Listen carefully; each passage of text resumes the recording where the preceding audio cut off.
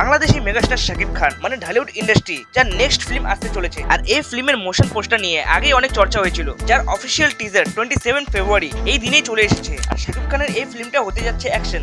আর যদি বলি এই ফিল্মের টিজারটা কিরকম লাগলো, বাংলা ফিল্ম হিসাবে এই ফিল্মের টিজার যদি বলি খুব ভালো হয়েছে, মানে বেটার, তার থেকে আরো বেটার। কেননা এর আগে শাকিব খানের তুফান মুভি খুব হিট হয়েছে, এক কথায় ব্লকবাস্টারও বলা যায়। কেননা এই তুফান ফিল্মে যেরকম অ্যাকশন দেখানো হয়েছিল, যেরকম ভায়োলেন্টটা দেখানো হয়েছিল, তার থেকে আর একটু বেটার লাগছে এই ভায়োলেন্টটা। মানে বরবাদ মুভির টিজার এর ভায়োলেন্ট, এই মুভিতে শাকিব খানের প্রেজেন্টেশন দেখতে ভালো লাগছে। শাকিব খান 2024-এ তুফান নিয়ে কাঁপিয়েছিল, এখন 2025-এ বরবাদ নিয়ে আসছে,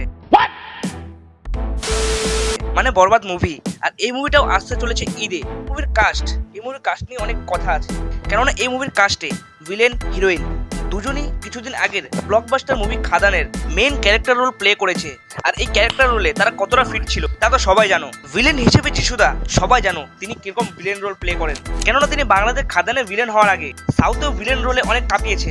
এখন দেখা যাক ঢালিউড ইন্ডাস্ট্রিতে যিশুদা তার ভিলেন রোলে কিরকম পারফরমেন্স দেখায়। আর হিরোইন ইদিকা পাল, যিনি বাংলাদেশি হিরোইন, কিন্তু তিনি খাদানে কিছুদিন আগে হিরোইন হিসেবে রোল প্লে করেছেন।